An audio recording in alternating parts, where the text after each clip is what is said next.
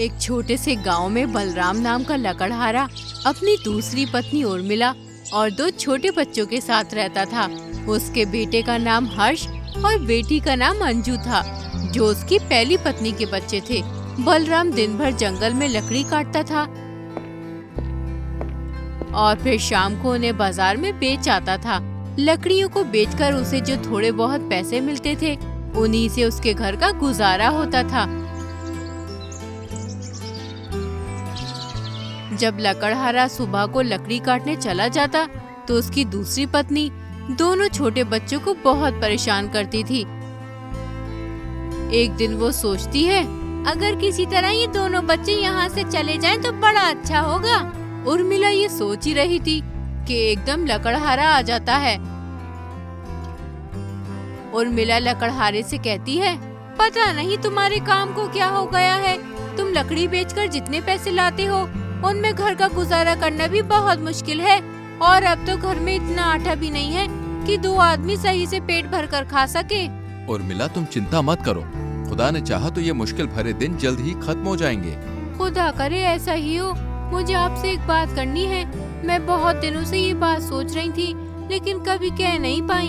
अरे ऐसी क्या बात है जो तुम इतना सोच रही हो? बताओ ना, क्या बात है? मैं चाहती हूँ आप हर्ष और अंजू को कहीं छोड़ आओ।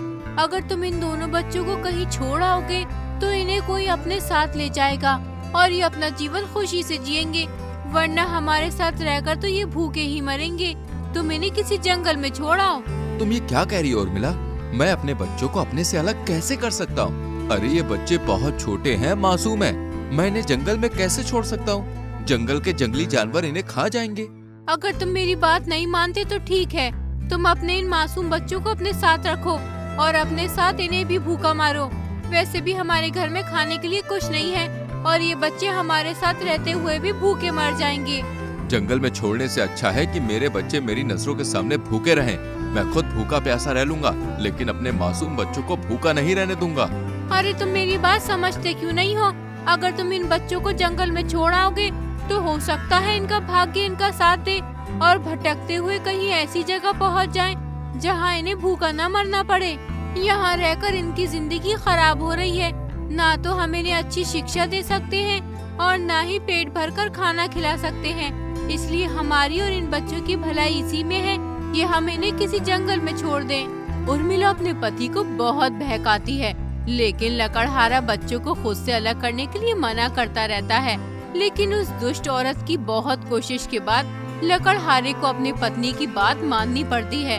वो अपनी पत्नी से कहता है, तुम इतना कह रही हो तो ठीक है, हम कल दोनों बच्चों को जंगल में छोड़ आएंगे। लेकिन उर्मिला, मेरा दिल गवाही नहीं दे रहा कि बच्चों को मैं जंगल में छोड़ूं। मुझे डर लग रहा है कहीं मेरे बच्चों को कुछ हो ना जाए। क्या तुम ये समझते हो कि ये सिर्फ तुम्हारे ही बच्चे हैं? ये मेरे भी बच्चे हैं। मैंने इन्हें कभी पराया नहीं समझा। मैं इनकी भलाई के लिए ही कह रही हूँ। हम कल शाम इन्हें जंगल में छोड़ आएंगे। जब उर्मिला और लकड़हारा बच्चों को जंगल में छोड़ने की बात कर रहे थे, तो दोनों बच्चे उर्मिला और लकड़हारे की बात सुन लेते हैं। जंगल में छोड़ने की बात सुनकर बच्चे बहुत घबरा जाते हैं। हर्ष रोते हुए अपनी बहन अंजू से कहता है, दीदी, हमारी सौतेली माँ और पिताजी हमें जंगल में छोड़ने की बात कर रहे हैं। अगर ये लोग हमें जंगल में छोड़ आए तो जंगल में हमें जंगली जानवर खा जाएंगे। दीदी, मुझे बहुत डर लग रहा है। भाई, डर तो मुझे भी लग रहा है। अगर आज हमारी माँ जिंदा होती तो हमें कभी जंगल में छोड़ने की बात नहीं करती। कल हमें ये लोग जंगल में छोड़ आएंगे। हमें जंगल से वापस आने का कोई रास्ता निकालना ही होगा। अंजू बहुत ही समझदार थी। वो रात भर जंगल से वापस आने के बारे में सोचती रही। फिर उसके दिमाग में एक बात आई। वो हर्ष से बोली, मुझे पता चल गया है हम जंगल से वापस घर कैसे आ सकते हैं, लेकिन उसके लिए हमें छोटे कंकड़ चाहिए। जब पिताजी और माँ हमें जंगल में छोड़ने जाएंगे तो हम रास्ते में छोटे कंकड़ फेंकते हुए चलेंगे, जिससे हमें घर आने के लिए रास्ता मिल जाएगा। अब तुम एक काम करो, बाहर से कुछ कंकड़ उठा लाओ। अपनी बहन के कहने पर हर्ष अपने पिता और सौतेली माँ की निगाह से बचकर घर से बाहर निकल आता है। फिर बहुत सारे कंकड़ उठाकर अपनी जेब में भर लेता है और फिर चुपचाप वापस घर आ जाता है।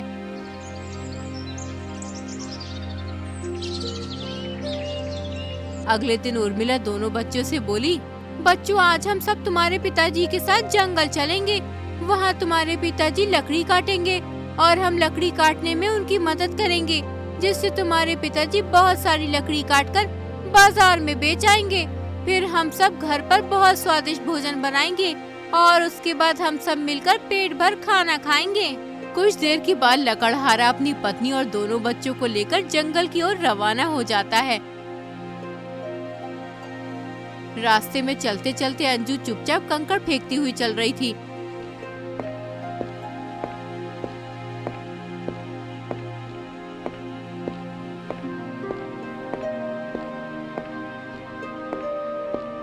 कुछ ही देर में सब जंगल पहुंच जाते हैं। फिर लकड़हारा दोनों बच्चों से कहता है, बच्चों, मैं लकड़ी काटने जा रहा हूँ। तुम्हारी माँ भी मेरे साथ है, मेरी लकड़ी काटने में मदद करने जाएगी। जब तक हम लकड़ी काट कर लौटे तब तक तुम हमारा इस पेड़ के नीचे बैठकर इंतजार करना। हम कुछ समय में वापस आ जाएंगे। ठीक है पिताजी, हम तुम्हारा यहीं बैठकर इंतजार करेंगे। लेकिन पिताजी, आप लकड़ी काटकर थोड़ी जल्दी लौटना। मेरे बच्चों, तुम परेशान मत हो, मैं कुछ ही देर में लकड़ी काटकर वापस आ जाऊंगा। लकड़हारा दोनों बच्चों को घने जंगल में छोड़कर अपनी पत्नी उर्मिला के साथ घर चला आता है। दोनों बच्चे पूरा दिन लकड़हारे का इंतजार करते रहते हैं, लेकिन लकड़हारा वापस लौटकर नहीं आता है। कुछ देर के बाद जब अंधेरा हो जाता है तो दोनों बच्चों को उस घने जंगल में डर लगने लगता है। दीदी, मुझे बहुत डर लग रहा है। अब हम क्या करेंगे? अगर कोई जंगली जानवर आ गया तो वो हमें खा जाएगा। घबराओ मत हर्ष, मैंने रास्ते में कंकड़ फेंक दिए थे। अब उन कंकड़ों की मदद से हम अपने घर पहुंच जाएंगे। दोनों बच्चे कंकड़ों की मदद से रास्ता तलाश करते हुए अपने घर पहुंच जाते हैं।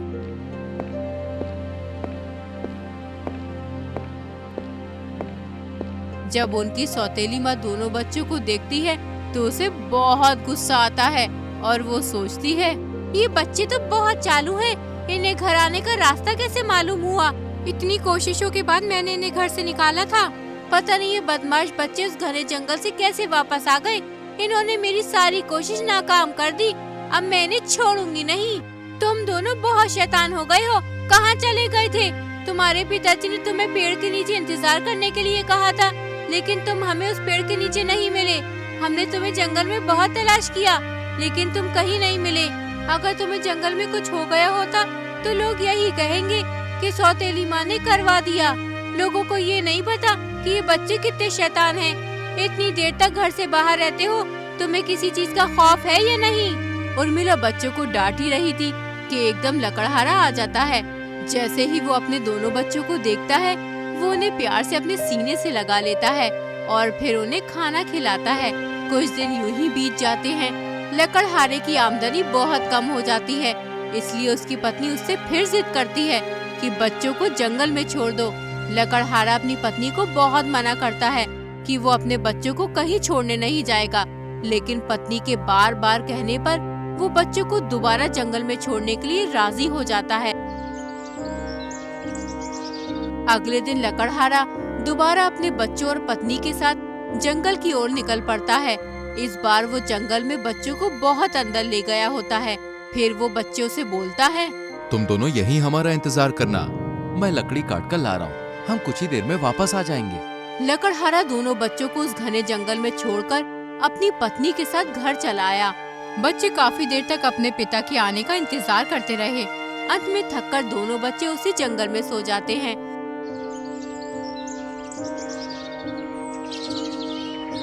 सुबह होने पर जब बच्चों की आंख खुलती है तो हर्ष डर से रोने लगता है।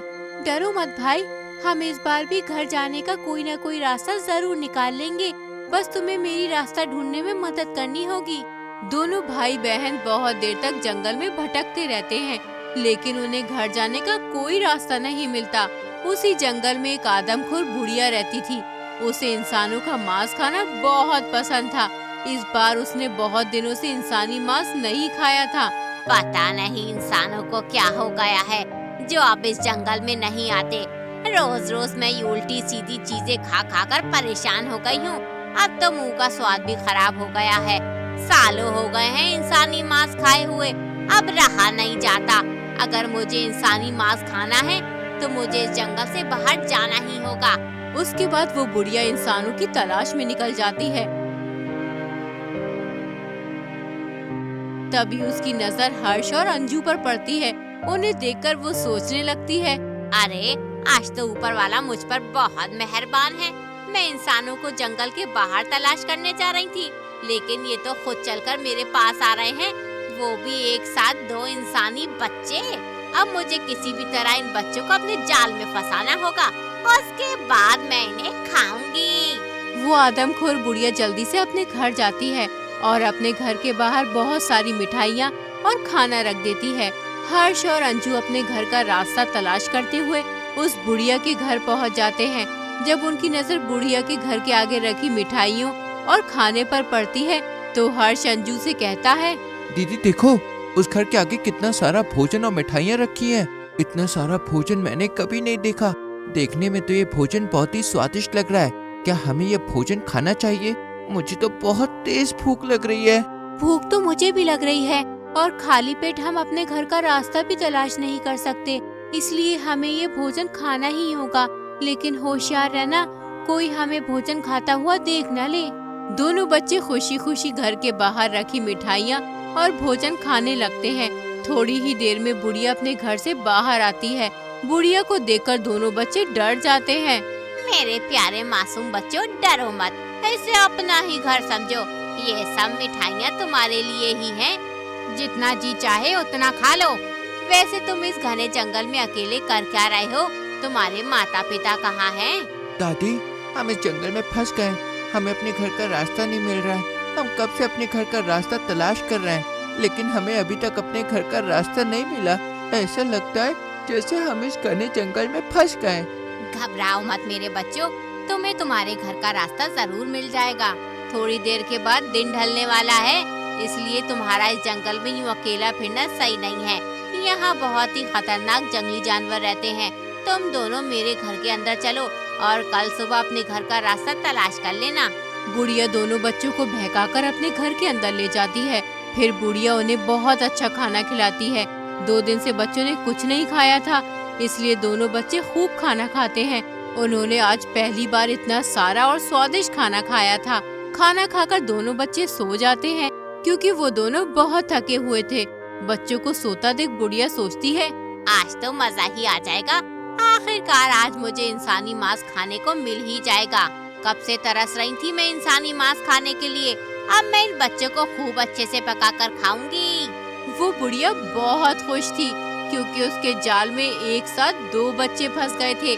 उसने चुपके से उन दोनों बच्चों को एक रस्सी से बांध दिया। फिर बुढ़िया दोनों बच्चों को जगाते हुए बोली, उठो आलसी बच्चों, कब तक सोते रहोगे? अब मैं तुम दोनों को पकाकर खाऊंगी। पहले तुम्हारे भाई को खाऊंगी और उसके बाद तुम्हें खाऊंगी। बुढ़िया की बात सुनकर दोनों बच्चे बहुत डर गए। वो डरते हुए बुढ़िया से बोले, दादी, आप हमें क्यों खाना चाहती हो? हमने आपका क्या बिगाड़ा है? चुप कर छोटे बच्चे, तुमने मेरा कुछ नहीं बिगाड़ा। मुझे इंसानी मांस खाना बहुत पसंद है, इसलिए मैंने तुम्हें कल अपने जाल में फंसाया था। लेकिन मांस पकाने के लिए घर में लकड़ी तो है ही नहीं। पहले मैं जल्दी से जंगल से लकड़ी ले आती हूँ, फिर तुम्हारा मांस पकाकर खाऊंगी। इतना कहकर बुढ़िया जंगल की ओर लकड़ी लेने चली जाती है। वो दोनों बच्चे जोर जोर से चिल्लाने लगते हैं, कोई हमें यहाँ से बाहर निकालो। किसी को हमारी आवाज आ रही है, हमारी मदद करो, वरना ये बुढ़िया हमें मार कर खा जाएगी। कोई हमारी मदद करो। इससे अच्छा तो यही होता कि हम लोग जंगल में ही भटकते फिरते और कोई जंगली जानवर हमें खा जाता। बच्चे जोर जोर से चिल्लाकर रो रहे होते हैं, लेकिन उस घने जंगल में कोई भी उनकी मदद करने नहीं आता। तभी एक बौना आदमी उस जंगल से गुजर रहा होता है। जब उन दोनों बच्चों की आवाज उस बौने आदमी को आती है, कोई हमें यहाँ से बाहर निकालो, किसी को हमारी आवाज आ रही है, हमारी मदद करो, वरना ये बुढ़िया हमें मार कर खा जाएगी। कोई हमारी मदद करो। तो वो तुरंत ही उस बुढ़िया के घर में घुस जाता है। वो जल्दी से दोनों बच्चों को खोल देता है। फिर वो बच्चों से कहता है, तुम लोगों को यहाँ किसने बांध कर रखा हुआ है? मुझे तुम्हारी आवाज सुनाई थी, इसलिए मैं तुरंत तुम्हारी मदद करने चला आया। हमें यहाँ एक आदमखोर बुढ़िया ने बांध कर रखा है। वो बच्चों को बहका कर अपने घर ले आती है और फिर उनका मांस खाती है। हम दोनों भी उसके बहकावे में आ गए थे। वो हमें भी खाना चाहती है। लेकिन वो आदमखोर बुढ़िया है कहाँ?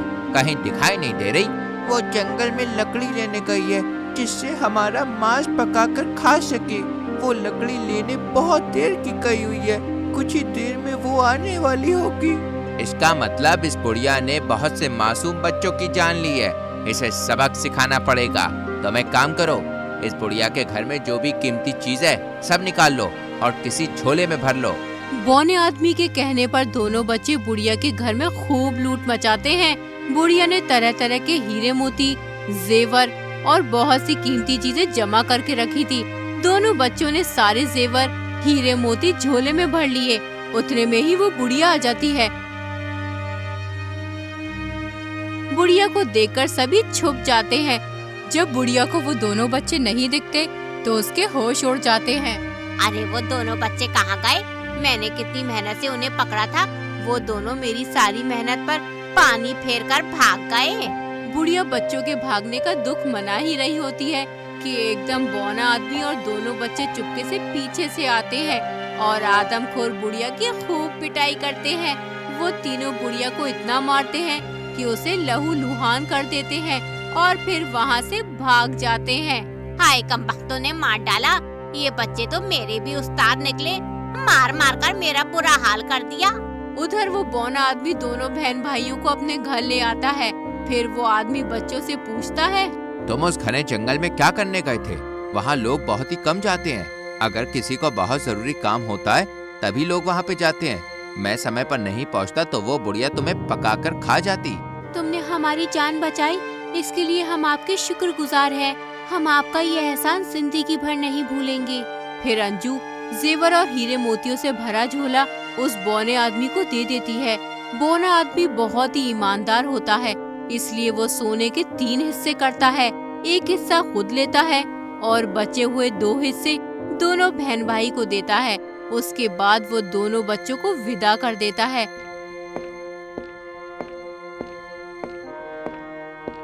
थोड़ी ही देर में दोनों बच्चे बौने आदमी के घर से बहुत दूर निकल आते हैं। कुछ ही देर में उन्हें अपने घर जाने का रास्ता मिल जाता है। फिर वो जल्दी जल्दी घर की तरफ कदम बढ़ाना शुरू कर देते हैं। थोड़ी ही देर में दोनों बच्चे अपने घर पहुंच जाते हैं। घर पहुंचकर उन्होंने देखा कि उनका पिता एक कोने में बैठकर रो रहा होता है और बहुत दुखी दिखाई देता है। जैसे ही दोनों बच्चे लकड़हारे के पास पहुंचते हैं, लकड़हारा दोनों को गले लगा लेता है और बोलता है, मेरे बच्चों, कहाँ थे तुम? मैंने तुम्हें बहुत याद किया। जिस दिन से मैंने तुम्हारी सौतेली माँ के कहने पर तुम दोनों को जंगल में छोड़ा था, उस दिन से आज तक मुझे एक पल के लिए भी चैन नहीं मिला। मैं हमेशा खुदा से रोकर यही दुआ करता था कि मेरे दोनों बच्चे वापस लौट आए। खुदा ने मेरी दुआ सुन ली। अब मैं कभी तुम्हें अपने से अलग नहीं होने दूंगा और न ही तुम्हें किसी तरह की तकलीफ होने दूंगा। पिताजी, हमने आपको बहुत याद किया। हमें जंगल में एक आदमखोर बुढ़िया ने पकड़ लिया था, लेकिन हमें एक बौने आदमी ने उस आदमखोर बुढ़िया से बचा लिया। हमने उसकी बहुत पिटाई की और उसके सारे जेवर, हीरे मोती ले आए। दोनों बच्चे अपने पिता से मिलकर बहुत खुश थे। फिर उन्होंने सोने से भरा झोला अपने पिता को दे दिया। लकड़हारे को अपनी आंखों पर विश्वास नहीं हो रहा था। इतना सारा धन तो उसने अपनी जिंदगी में कभी नहीं देखा था। फिर लकड़हारा अपनी पत्नी को बुलाता है और बच्चों की सारी बात बताता है। बच्चों की बात सुनकर उनकी सौतेली माँ को अपनी गलती का एहसास हो जाता है। वो दोनों बच्चों से माफी मांगने लगती है। बच्चों, मुझे माफ कर दो। मेरी वजह से तुम्हें इतनी मुसीबतों का सामना करना पड़ा। मैंने ही तुम्हारे पिताजी से कहा था कि वो तुम्हें जंगल में छोड़ आए। इसमें तुम्हारे पिताजी की कोई गलती नहीं है। मैं अपनी गलती पर बहुत शर्मिंदा हूँ। हो सके तो मुझे माफ कर दो। दोनों बच्चे अपनी सौतेली माँ को माफ कर देते हैं।